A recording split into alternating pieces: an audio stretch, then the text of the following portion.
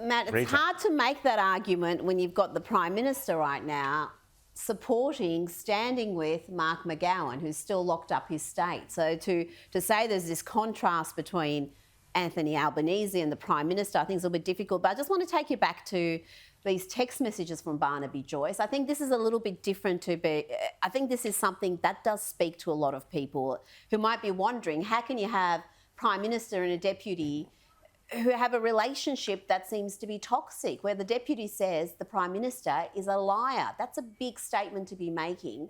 And I don't know if you can just walk that back and say, I regret sending it.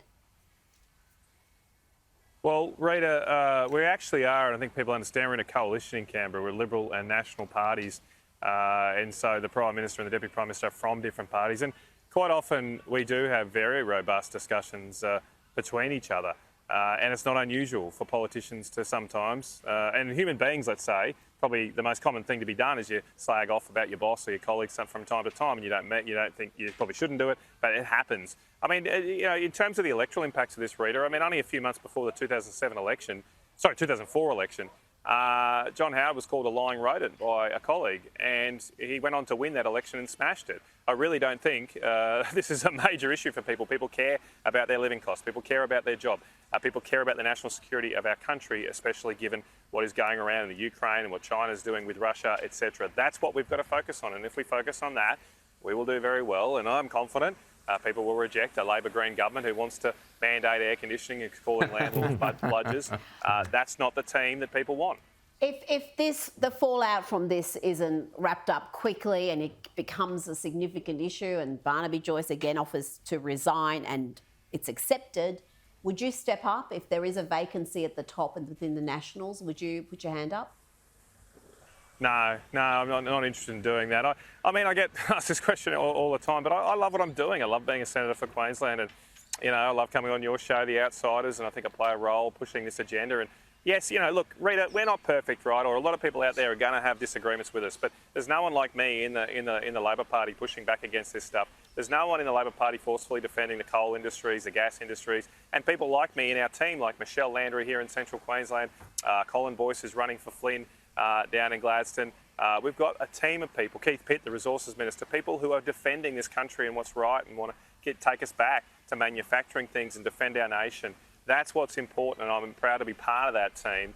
And I like the role I play as a senator, but can be a little bit independent from time to time as a role for that in the nation's House of Review.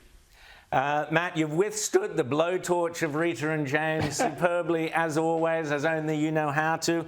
I just want to get your thoughts on this, because I knew you had the great story about the air conditioning Greens. How about this one from Britain? You're going to love this one. This is NICOLA Sturgeon, the hard left nutpot up in Scotland, who's saying that in order to tackle COVID, they're going to saw the bottom off every door in every classroom to let the breeze flow through to disperse the virus. What do you make of that one, Matt? Can you believe it?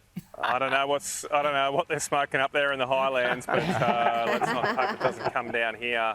Let's hope this. I mean, the problem here, James, is what's been much more viral than the actual coronavirus is the restrictive state that's come along with it. That also came out of China, where they were welding doors together, and it's like it's spread around the rest of the world as the standard policy response. That's what now we've got to stop the transmission of. We've got to flatten that curve of the continuing restrictions on people's livelihoods and freedoms.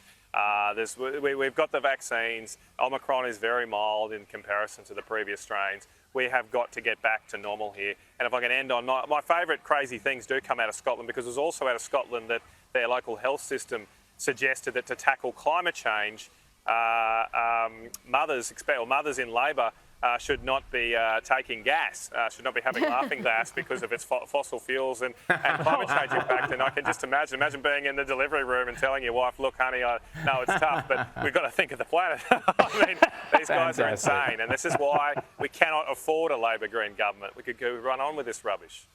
Matt Canavan, thanks so much for coming on Outside. It's great to see you. Thanks, guys.